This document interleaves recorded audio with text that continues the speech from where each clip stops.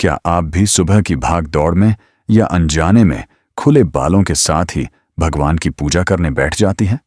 अक्सर हम सोचते हैं कि भक्ति तो मन का विषय है, फिर बालों के बंधे होने या खुले होने से क्या फर्क पड़ता है?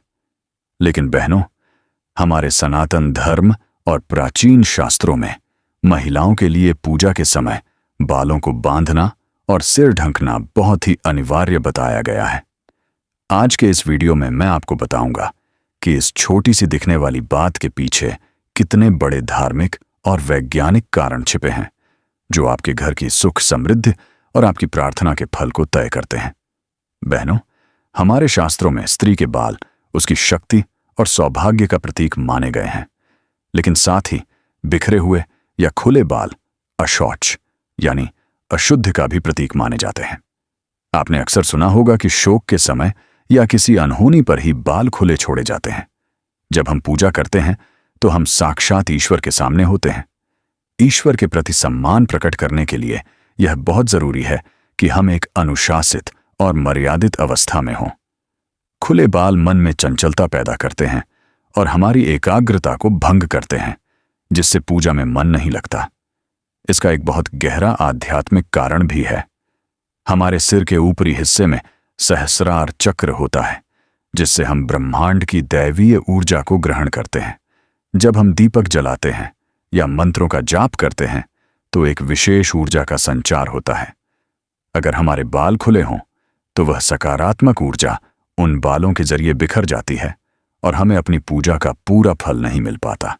इसीलिए बाल बांधकर और सिर ढककर पूजा करने की सलाह दी जाती है, ताकि वह दिव्य ऊर्जा हमारे भीतर ही समाहित रहे। पौराणिक संदर्भ में देखें तो खुले बाल अक्सर क्रोध या संहार का प्रतीक रहे हैं, जैसे माता काली के बाल। लेकिन गृहस्थ जीवन में रहने वाली महिलाओं को महालक्ष्मी का स्वरूप माना गया है। घर की लक्ष्मी के बाल अगर सलीके से बंधे हों तो यह घर में स्थिरता और शांति का संकेत देता है। इसके अलावा एक व्यावहारिक कारण यह भी है कि पूजा के समय जलते हुए दीपक या अगरबत्ती के पास खुले बाल रखना सुरक्षित नहीं है, और यदि कोई बाल टूटकर पूजा सामग्री या चरणों में गिर जाए तो वह पूजा खंडित मानी जाती है।